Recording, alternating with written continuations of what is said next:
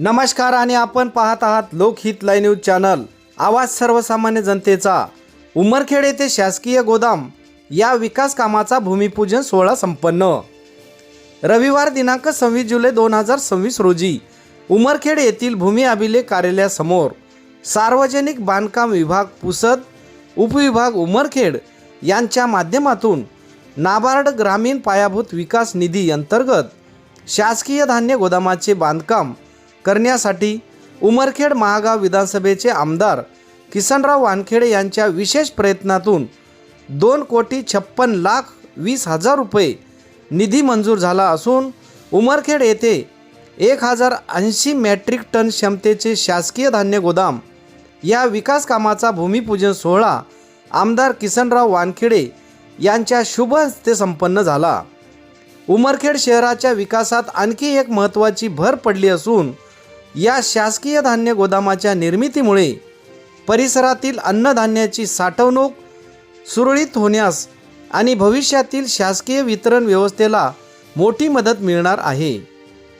उपस्थित मान्यवरांच्या हस्ते नारळ फोडून व कुदळ मारून या शासकीय गोदामाचे भूमिपूजन करण्यात आले। यावेळी प्रमुख पाहुणे म्हणून जिल्हा समन्वयक नितीनभाऊ भुतडा, सभापती कृष्णा पाटील देवसरकर, ॲडव्होकेट अनिलराव माने, श्रीधर पाटील देवसरकर, राधेश्याम भट्टड, सचिन भाऊ घाडगे, डॉक्टर शीतल धोंगडे, ॲडव्होकेट जितेंद्र पवार,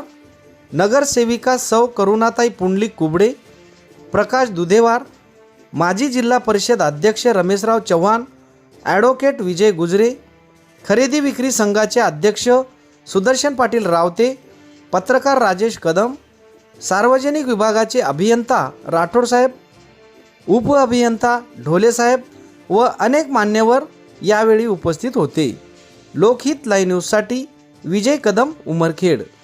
शेतकऱ्याचा माल साठवणुकीकरिता उमरखेड तालुक्यामध्ये शहरामध्ये गोडाऊनची संख्या ही कमी होती आणि त्यामुळं आपल्याकडे मुबलक साठा करता यावा या दृष्टिकोनातून या विधानसभेचे सन्माननीय आमदार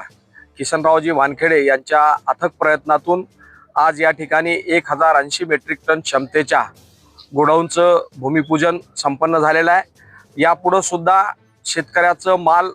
साठवणूक करण्याच्या दृष्टीनं या ठिकाणी मोठमोठी गोडाऊन झाली पाहिजे